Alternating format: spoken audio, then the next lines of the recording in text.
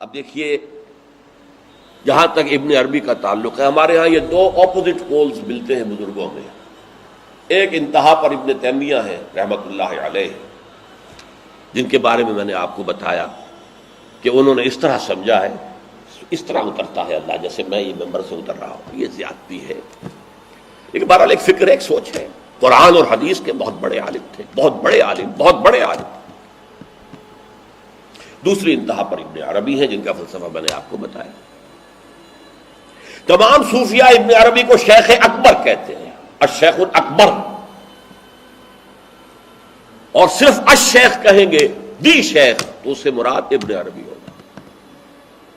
اور ابن تیمیہ انہیں کہتے ہیں زندیق، ملحد. یہ دو انتہائیں ہیں. ہمارے ہاں جو عام طور پر اہل حدیث حضرات ہیں وہ ابن تیمیہ کے فالوورز ہیں ان عقائد میں. ان کے ہاں تصور کیا ہے؟ اللہ تعالیٰ ہر جگہ اگر ہے تو صفاتی اعتبار سے، ذاتی اعتبار سے نہیں. وہ تو اپنی جگہ عرش پر ہے، ساتویں آسمان کے اوپر عرش ہے، عرش کے اوپر کرسی ہے، کرسی پر وہ ہے. اب اس میں ایک طرح کی تجسیم بھی آ گئی، محدودیت بھی آ گئی. اس کائنات میں تو اللہ ہے ہی نہیں، تو پھر اللہ محدود ہو گیا نا، وہ تو کسی خاص جگہ پر ہو گیا نا. ایک تصور یہ ہے. اور عام آدمی یہ بھی سمجھے تو ٹھیک ہے، اسے یہ معلوم رہے کہ اللہ ہی رازق ہے، اللہ ہی خالق ہے، اللہ ہی مصیبت سے نجات دلانے والا ہے، اللہ ہی مشکل کشا ہے، اللہ ہی حاجت روا ہے، اللہ ہی، یہ بس اسے معلوم ہو، توحید مکمل ہو گئی. لیکن فلسفہ کچھ اور شے ہے، فلسفہ کچھ اور سوالات پیدا کرتا ہے. جیسے میں نے کہا ہے صفات ذات حق، حق سے جدا یا عین ذات. اب یہ فلسفہ ہے. صفات باری تعالی اگر قدیم ہے صفات تو یہ غصہ، یہ تو قدیم نہیں ہو سکتا. غصہ تو کسی کام پر آیا، خوشی تو کسی کام پر ہوئی، یہ قدیم کیسے ہوگا؟ تو عین یا غیر، لا عین ولا غیر. اور جس کی میں تعبیر کرتا ہوں کہ من وجہ عین ذات ومن وجہ آخر غیر ذات. اب اس سلسلے میں علامہ اقبال نے جو بات کہی ہے، جو پروفیسر یوسف سلیم چشتی مرحوم نے مجھے بتایا تھا کہ انتقال سے صرف 3 ماہ قبل یہ اشعار کہے. وحدت الوجود کے، پینتھیزم کے، دونوں کے شدید مخالف تھے علامہ اقبال شروع میں. اسی لیے وہ حافظ کو بھی بہت بڑا گمراہ کن شاعر سمجھتے تھے، اس لیے کہ وحدت الوجود کے عامیانہ انداز میں جو ہے وہ شاعری میں جب اس کو آ گیا ہے تو عوام کے زبان پر جب چڑھا ہے تو وہ اس کے ڈانڈے پینتھیزم سے مل گئے، عوام کے اندر اس کا تصور یہ ہو گیا. لیکن آخر میں انہیں بھی آنا پڑا ہے. تو اے ناداں دل آگاہ دریاب، اے نادان وہ دل تلاش کر جو آگاہ ہو، ہر چیز سے واقف ہو. لا موجود الا اللہ دریاب، لا موجود الا اللہ. وہ جو میں نے آپ سے عرض کیا تھا نا کہ لا الہ الا اللہ کے 3 لیولز ہیں. لا معبود الا اللہ، لا مطاع الا اللہ، لا حاکم الا اللہ، ان الحکم الا للہ، لا رازق الا اللہ، لا خالق الا اللہ. اور دوسرا لیول لا مطلوب الا اللہ، لا مقصود الا اللہ، لا محبوب الا اللہ. اور تیسرا لیول لا موجود الا اللہ. ہمارے ٹاپ کے فلسفی اور صوفیاء اس لا موجودہ الا اللہ پر پہنچے. اور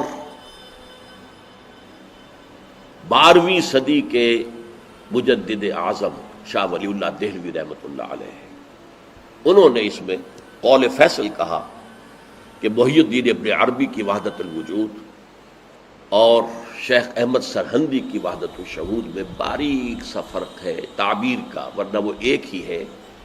اور اس کو انہوں نے عنوان دیا توحید وجودی. ہندوستان میں ہمارے بڑے ٹاپ کے شاعروں میں سے تھے عبد القادر بید الفارسی کے. اس وقت تک ابھی اردو کا وجود ہی نہیں تھا، اردو تھی نہیں ہندوستان میں اس وقت. تو شیخ عبد القادر بیدل جو ہیں وہ وحدت الوجود کے بہت بڑے قائد تھے.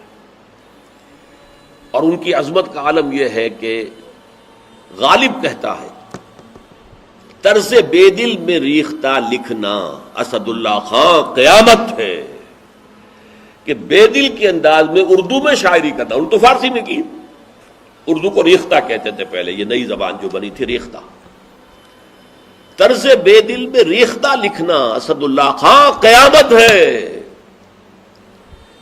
لیکن وہ اسد اللہ خان بھی یہ کہتے ہیں جارو بلا بیار کہ این شرک فی الوجود باگرد فرش سینہ بایواں برابر است۔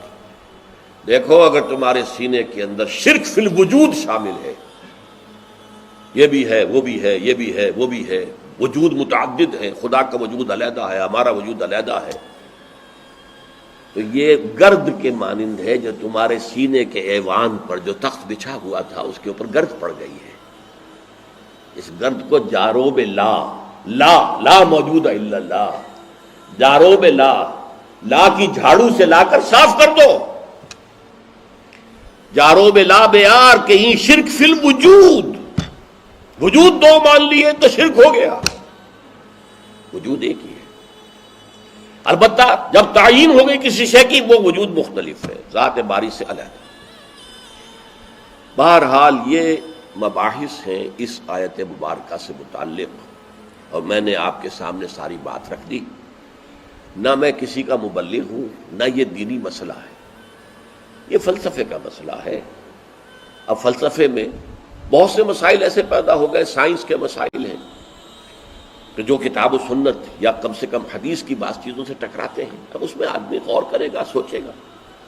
اسی طریقے سے یہ فلسفے کے مسائل ہیں جو ہمیشہ سے جن پر کام ہو رہا ہے، لیکن یہ دین جو ہے وہ شریعت اور طریقت کا نام ہے۔ حقیقت کو چھوڑ دو، حقیقت جو ہے بس ہے۔ تم سورج مکھی کے پھول بن جاؤ، تمہاری توجہ ہر وقت اپنی اس ذات جس نے تمہیں پیدا کیا ہے، حقیقت تو وہی ہے، لیکن سورج مکھی کے پھول بن جاؤ۔ لیکن اسے آپ غلط کہیں، مجھے کوئی اعتراض نہیں، لیکن یہ کہ ایک شخصیت کو میں ایسے سے واقف ہوں جو اہل حدیث بھی کٹر تھے اور صوفی بھی بڑے تھے۔ یہ جو ہمارے ہاں مشہور ہے غزنوی خاندان، مولانا عبداللہ غزنوی آئے تھے اور وہ اپنے تصوف کی بعض آراء کی وجہ سے اور بعض اپنی اہل حدیثیت کی آراء کی وجہ سے افغانستان سے نکال دیے گئے تھے، غزنی سے نکال دیے گئے، تو امرتسر میں آ کر آباد ہوئے۔ ان کی اولاد ہے یہ غزنوی خاندان، ان میں مولانا داؤد غزنوی رحمۃ اللہ علیہ سے میرا بڑا قرب رہا ہے۔ ان کے پھر بیٹے تھے ابو بکر غزنوی، وہ معروف ہیں، کافی لوگ ان سے واقف ہوں گے۔ داؤد غزنوی رحمۃ اللہ علیہ یہ دو متضاد چیزوں کا مجموعہ تھے، تصوف بھی اور اہل حدیثیت بھی۔ عام طور پر اہل حدیث کی ساری توجہ ظاہر پر رہتی ہے، وہ باطن میں جانتے ہی نہیں، اندر نہیں جاتے، فلسفے سے کوئی تعلق ہی نہیں، لیکن فلسفہ اور تصوف یہ جڑے ہوئے آپس میں چولی دامن کے ساتھ۔ انہوں نے ایک دفعہ منٹگمری میں جو سائیوال کہلاتا ہے آ کر تقریر کی، اہل حدیث مسجد تھی، میں بھی گیا ہوا تھا سننے کے لیے۔ انہوں نے وہ اہل حدیث نوجوانوں سے کہہ رہے تھے کہ دیکھو تم اپنے مسلک پر قائم رہو، ہم غیر مقلد ہیں، ہم کسی کے مقلد نہیں ہیں، نہ ابو حنیفہ کے نہ مالک کے، لیکن کبھی بھی ان ائمہ کی توہین نہ کرنا۔ یہ ہمارے عام نوجوان جو کہتے ہیں ابو حنیفہ کو کیا پتا تھا، ابو حنیفہ کے پاس تو علم ہی نہیں تھا، ابو حنیفہ تو جو ہے علم حدیث میں کورے، یہ توہین کے الفاظ کبھی استعمال نہ کریں۔ اچھا، اس واعظ کے ساتھ انہوں نے مثال دی کہ دیکھیے شیخ محی الدین ابن عربی رحمۃ اللہ علیہ کے سب سے بڑے مخالف شیخ احمد سرہندی رحمۃ اللہ علیہ تھے، دونوں کے لیے رحمۃ اللہ علیہ کہا۔ میں حیران ہو گیا، یہ وہابی آدمی، کٹر وہابی اہل حدیث، اور یہ شیخ ابن عربی رحمۃ اللہ علیہ کہہ رہا۔ خیر میرے دل پر بھی اثر ہوا کہ بڑی وسعت ہے ان کے فکر و نظر میں۔ میری اہلیہ کے چچا تھے، ان کے ایک بیٹے، سب سے چھوٹے بیٹے یہاں مجمع میں موجود بھی ہیں، شیخ فضل الرحمان مرحوم۔ ان کے بہت گہرے تعلقات تھے یہ جو خاندان غزنوی خاندان سے. انہوں نے شام کو کھانے پر بلایا، مجھے بھی بلا لیا، میں ان کا داماد ہی تھا نا. تو وہاں میں نے کہا کہ حضرت آپ نے شیخ ابن عربی کے ساتھ رحمت اللہ علیہ کے الفاظ استعمال کیے، جبکہ ابن تیمیہ نے کوئی شرعی گالی چھوڑی نہیں ان کے لیے. زندیق، ملحد، اور آپ اہل حدیث ہیں، یہ کیسے ہوا؟ میں ان کی عظمت کا قائل ہو گیا، ان کی آنکھوں میں آنسو آ گئے. کہنے لگے ڈاکٹر صاحب یہ دونوں ہمارے بزرگ ہیں، ہم خرد ہیں، آپس کے اختلافات وہ جانے، ہم چھوٹے ہیں، خرد ہیں، خرد رہنے ہی میں عافیت سمجھتے ہیں، ہمارے لیے دونوں محترم ہیں.